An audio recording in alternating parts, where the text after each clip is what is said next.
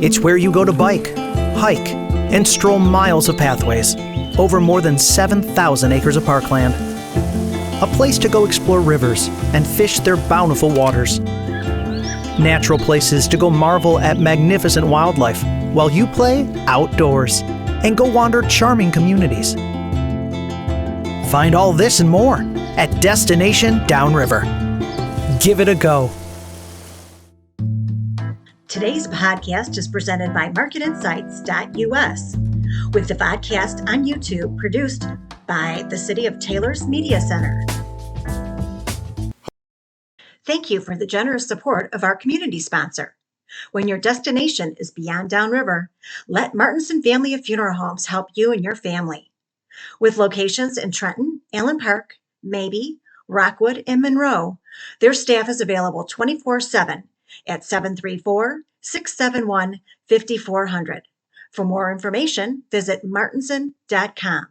Thank you to our team sponsor, Allegra Marketing, Print, and Design. Let Allegra assist you with your print, mail, design, and signs. Located in Wyandotte, and call 734-288-8994. Welcome to Destination Downriver for February 2023. I'm Carl Zymek. Last fall, the U.S. Economic Development Administration awarded a $1.6 million grant to support the Downriver Riverfront Community's Economic Recovery Implementation Project. This was triggered by two huge coal-fired plants that were decommissioned downriver. Announcements about this grant stimulated interest from WDIV Detroit, which featured an in-depth report on the region early last month. WDIV's story picked up on what politicians and area officials have been saying about this grant. It's a game-changing opportunity for the region.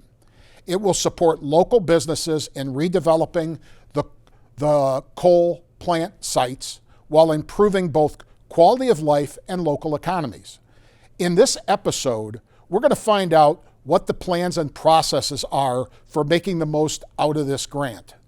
Up next, Southern Wayne County Chamber of Commerce President Ron Hinrichs and a couple of key guests talk about the investment in the region's future. Thanks, Carl. I'm Ron Hinrichs. I'm the president and CEO of the Southern Wayne County Regional Chamber, and we're here with the monthly Destination Downriver vodcast and podcast, thanks to the Taylor Media Center. And I want to say a huge shout out to the City of Taylor. Thank you so much for your ongoing support and partnership. We at Destination Downriver are very, very grateful. So we have a phenomenal panel with us today. As Carl mentioned, we're talking about the new Riverfront EDA grant. It's a $1.6 million grant that's going to have some tremendous impact over the next several years in the Downriver community in terms of economic development and attracting employers to our region and ensuring that we have fiscally healthy communities going into the next generation here in Downriver. So with us we have Joe Gruber, who is our newest economic development administrator with the Downriver Community Conference, and not a new face to Downriver. So Joe, tell us about your experience. I know you've been with the Wyandotte DDA for many years, and now with the DCC. Good morning, Ron. Glad to be here again with Destination Downriver. I've been lucky to work with the City of Wyandotte for the past 7 years as the Downtown Development Director, and now very excited to be on board with the Downriver Community Conference, serving as the new Economic Development Administrator. One of two administrators. One of two. Jasmine Dancy is the other one, who's not a new face to the Downriver region as well. That's correct, yes. Our very talented coworker Jasmine's not with us today, but she's also part of this new founded team. Yep, she's phenomenal. Both of you guys are like the dynamic duo, so we're very happy to have both of you on the team. Appreciate and then that. John Giordano, who is also not a new face to the Downriver region and a longtime economic development consultant, and you are a part of the team as well at the DCC. So John, tell us about your background. Well, I've been an environmental consultant for over 45 years and been working in the Brownfield program since its inception in the late 1990s or mid 1990s. And for the past 2 years, I've been serving as the Brownfield Program Manager for DCC. And I was a consultant for DCC prior to that. And there's another team member that goes by the name of Tim, last name Keys. And we'll try not to maybe badmouth him too much because he's sitting right here off stage watching us, and we want to be careful that we don't have any arrows shot in our direction. But tell us, what is Tim's role as a part of this team? Besides our fearless leader, yes, Tim is the head of this new economic development department, helping to consult with the DCC. John, would you fill in any gaps? You've been working with Tim longer than I. No, that's the same. Just echo that. He's bringing a lot of experience. He's got brownfield experience. He's got planning experience and economic development experience for sure. And so he's really guiding us. He is, and Tim's an amazing asset to our region, as you both know. And I'm not saying this because Tim's sitting over there watching me right now, but I've known Tim for a long time, like you guys have as well. Going back to obviously he was the economic development director with the city of Romulus. He worked for several years with the city of Taylor and a lot of other organizations. So we're really excited and thrilled to have the expertise of Tim Keys moving us forward as well when it comes to managing this grant program.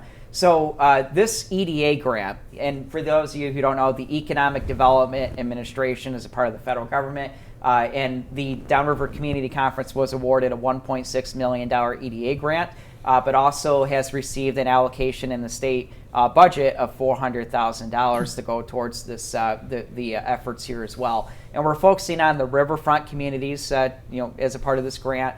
And it's 5 riverfront communities that go from River Rouge down to the city of Trenton. And we're focusing on the coal-fired power plants that have retired recently and a lot of other properties as well.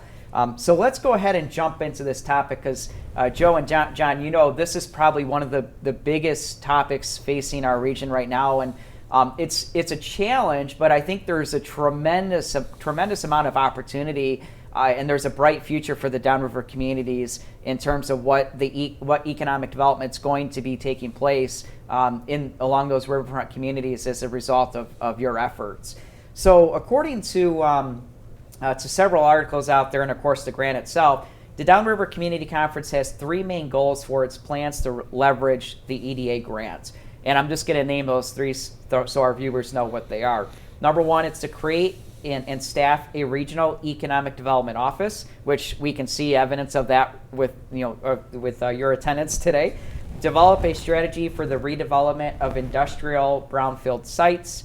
And then number 3, create a small business technical assistance program, which I think is another big part of that. And it's something that the Southern Wayne County Regional Chamber is very excited to be a part of as well. So my first question, now that we've listed out a little bit of background information and the 3 strategies, we'll start with you, Joe.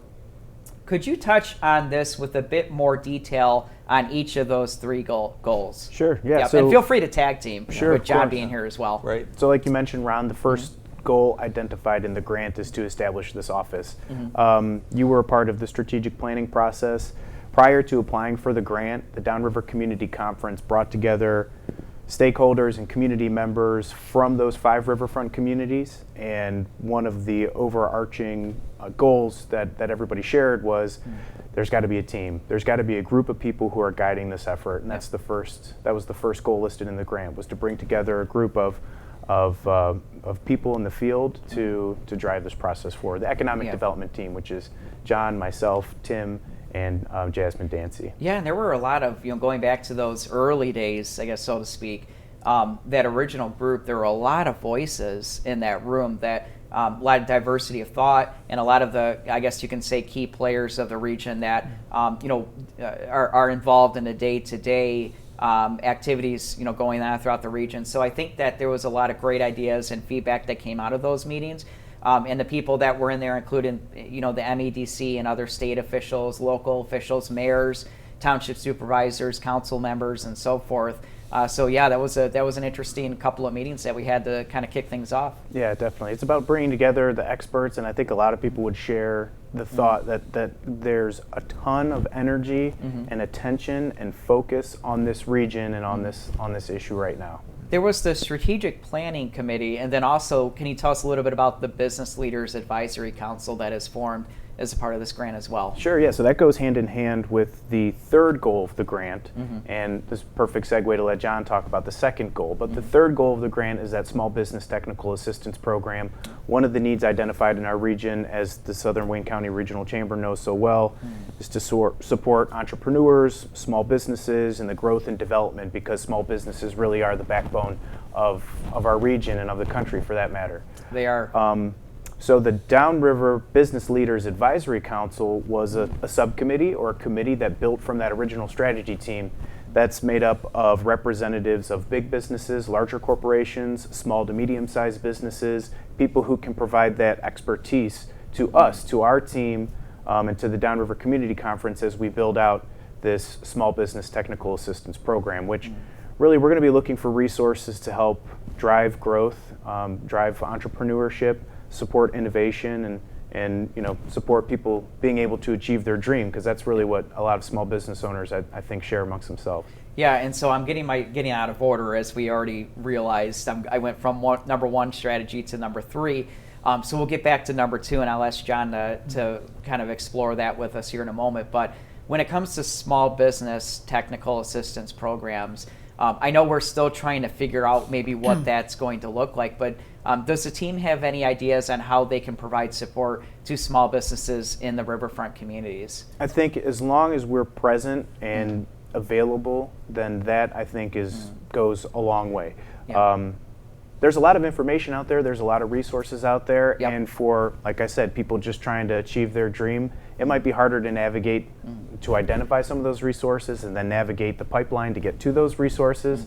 So we want to be available, and I think that in and of itself is enough to jumpstart. Yeah, absolutely.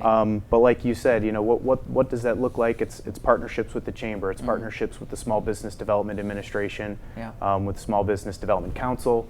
All these groups that are currently acting towards the same common goal. Yep, that's a great point. I think a key part of this project obviously is establishing that clearinghouse, so to speak, and the go-to resource for our community. And so to have an office that's going to be able to guide small businesses in the right direction in partnership with the Chamber of Commerce, I think is a huge step forward that we've needed for a long time in the Downriver region.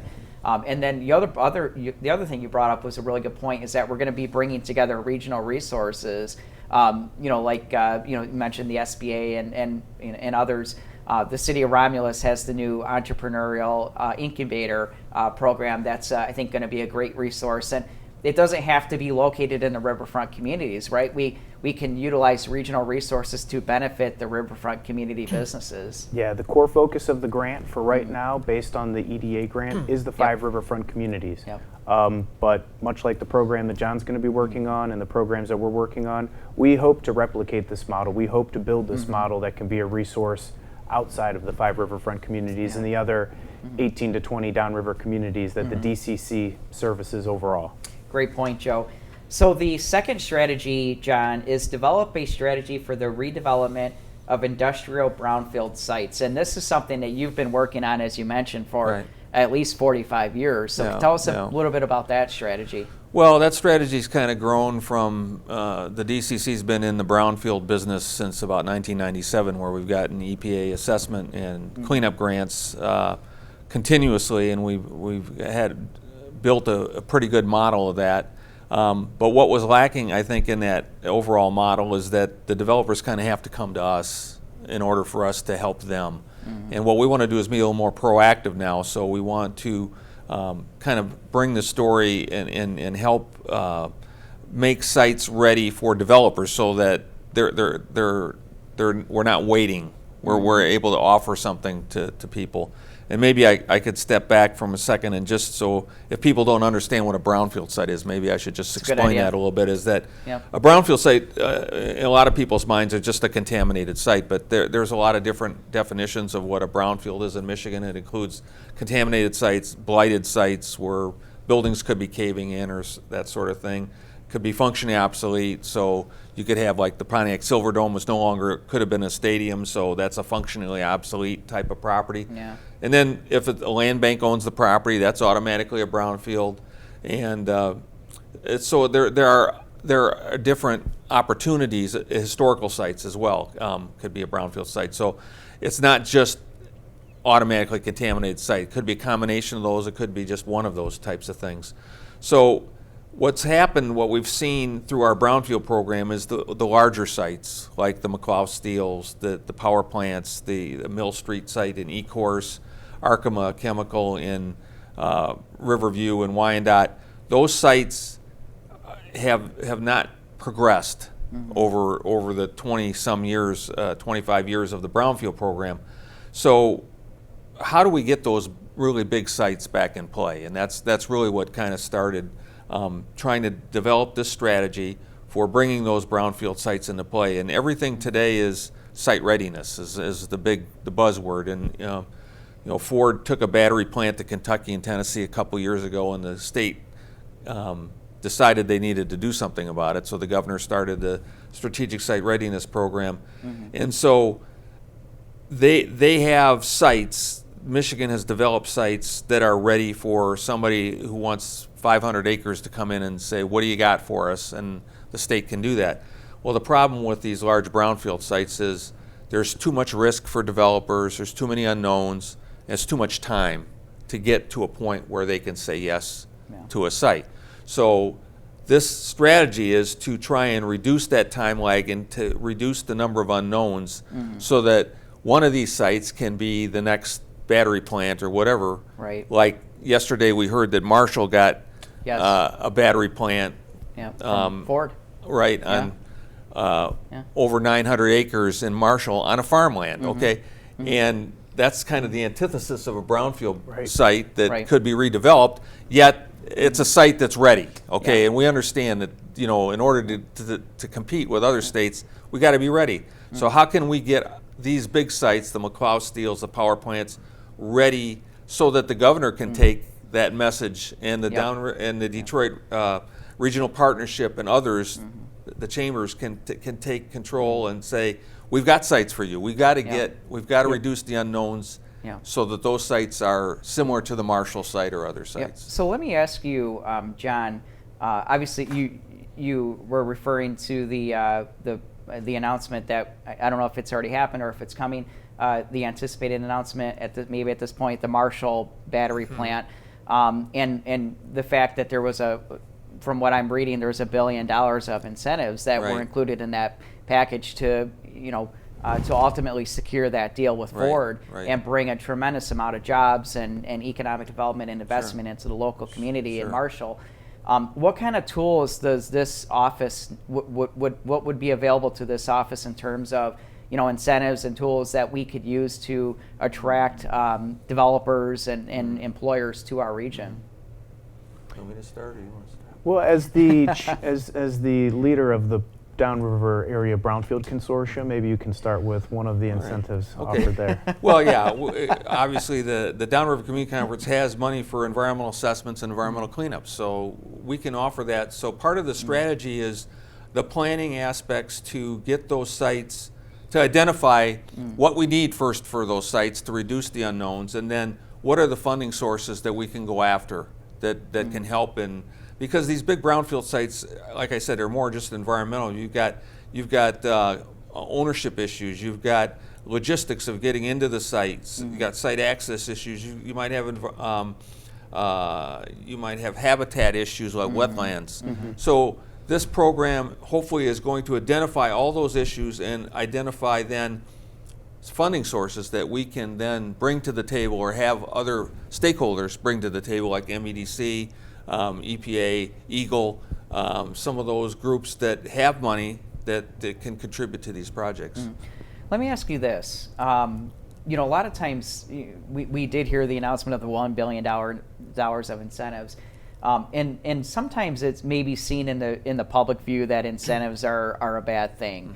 And maybe you know where I'm going with this. And can you tell us, are incentives a bad thing, or is there more positive in terms of attracting employers and jobs and future economic development opportunities and community investment and things like that? What's your personal opinion on providing incentives to developers? Yeah, so just as John was mentioning earlier, the alternative is business leaving is going to other more affordable places to do business. That's a good point. So it really is a leveraging and incentivizing people to stay. Incentives are a way of life and a way of doing business, especially in our region, and that's the type of level of competition that we need to have. While these incentives might not come directly from our office will be helping to identify incentives that exist and helping developers, builders, entrepreneurs, small businesses achieve and get those incentives. So, for example, the Brownfield Program, Public Act 381 in the state of Michigan has been an extremely successful incentive. I'll use one that's closer to home for me is the Wyandotte, Build a Future in Wyandotte. Using public tax dollars to facilitate neighborhood redevelopment and offering a really good deal on a piece of land for a family to build their future home that they will live in for 5, 10, 15, 25 years.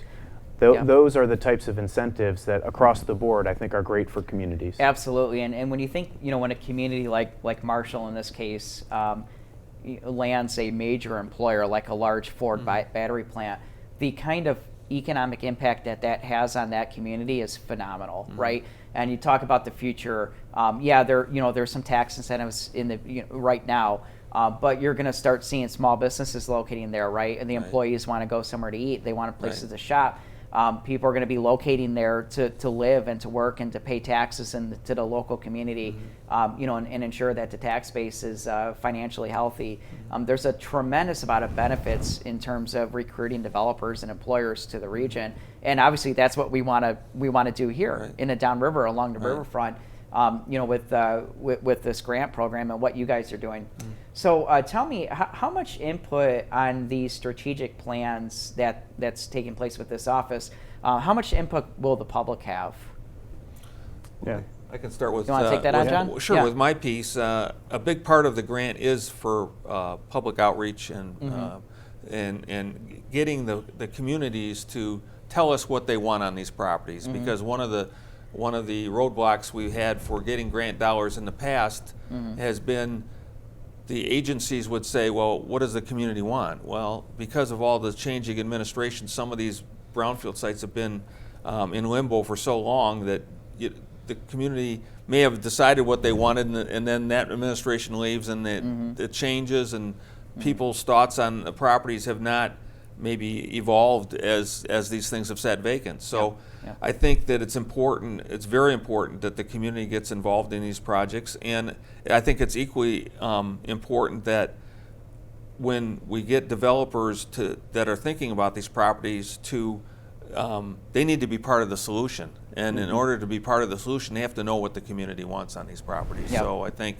hand in hand, that's a very important part. Yeah, we've seen too that more and more often in the world that we live, engagement and outreach is not necessarily one point in the process, but it's this ongoing kind of linear thing that happens at multiple points throughout the process. That's a really good point. And I would tie these two together to say if you have engagement, if you have buy-in from the community, then it's a project that's easier to incentivize.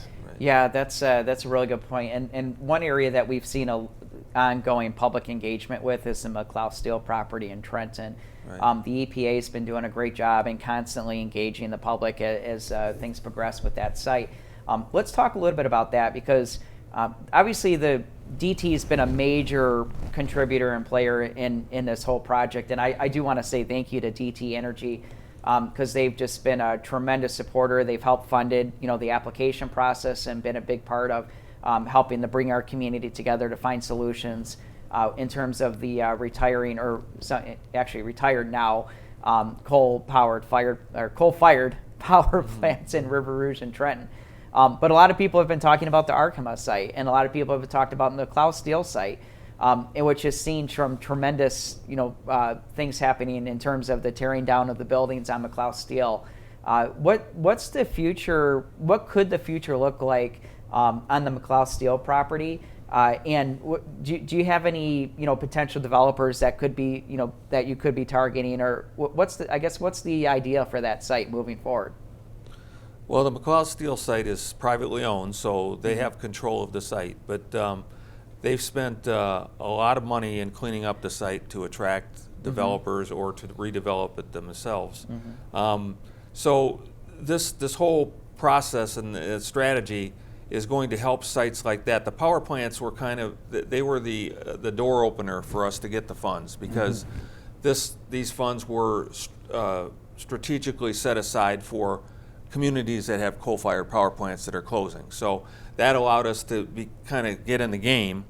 But the strategy that we're employing is going to go for all sizes of brownfield sites. It's going to start with, we're going to be looking at some of these large ones, but as brownfield sites become available, even outside of the 5 communities, this strategy is going to work for those sites as well. So this is kind of the blueprint and the foundation for an overall strategy for the whole Downriver region.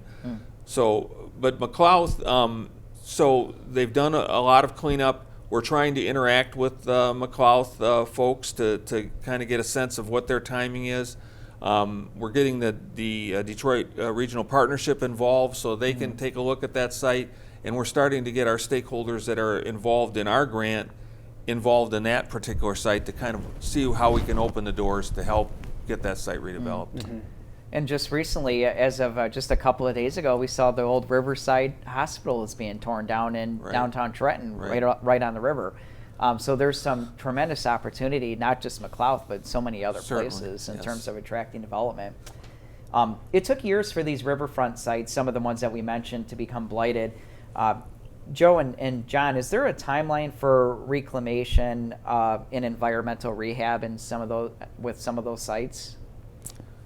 I think it's all across the board. Every site is so different. Every site is so unique. Some sites have already been under remediation, dating back decades. So, for example, the Arkema site in Wyandotte's been inactive and vacant since 1985. The first environmental remediation pieces to happen there were in the late 90s, early 2000s, and there's still a great deal of work that needs to happen there. So it's hard to pinpoint a timeline, and like John was mentioning, ownership structure is really important to environmental cleanup, environmental remediation, and then ultimately revitalization or repurposing of vacant lots. I think ownership can really drive a project, whether it's privately or publicly owned. I think what's safe to say for these, especially these large sites, is without the influx of funding that's coming out for projects like these, those sites would remain vacant for our lifetime, okay, and Joe's lifetime, which is going to be considerably longer than mine.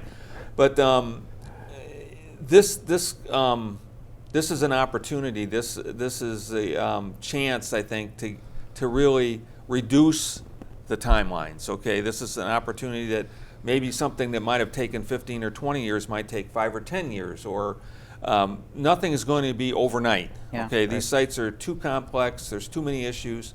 But if we set things on the right path and in the motion to get the momentum generated, at a certain point, it kind of regenerates itself. And right now, we haven't had any momentum on these sites, and we have to generate the momentum, and that's what this grant is going to do, and other funding sources that will come behind it. And some of these sites, as you mentioned, John, are very complex, and there's a lot that goes behind the discussion that when we talk about the DTE power plant sites and the McLouth Steel sites and others. And there's been a lot of community conversations about what those sites could look like in the future, and a lot of great ideas.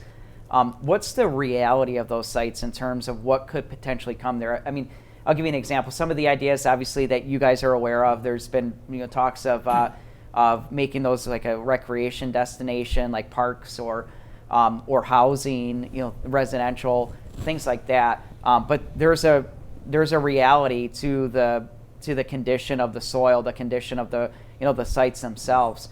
What's realistic? What realistically could potentially come to those sites, you think, in the future?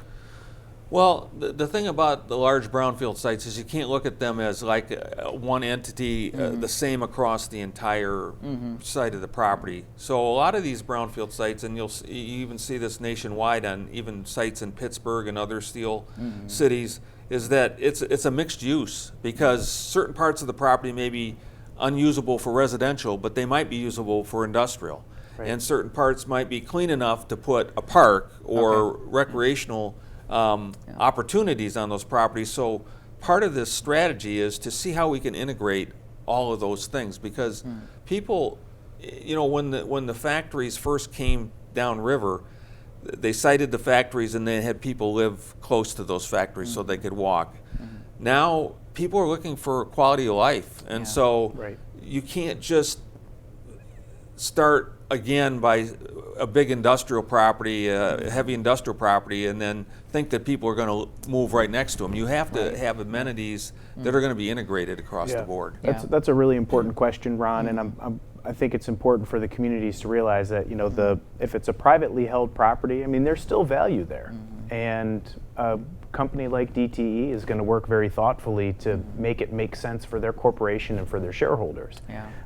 Public entities want to see tax revenue generated on site, and when you look at a mixed-use redevelopment versus a recreational redevelopment, I think communities want to ask themselves what's ultimately going to help support tax base, so we can have police, fire, and you know, garbage services to support the neighborhoods. That was I was actually going to ask you to comment on that, because I think the reality of the situation too is that obviously municipalities need to ensure that we have a healthy financial tax base to fund critical community services like police and fire, you know, DPW and so forth.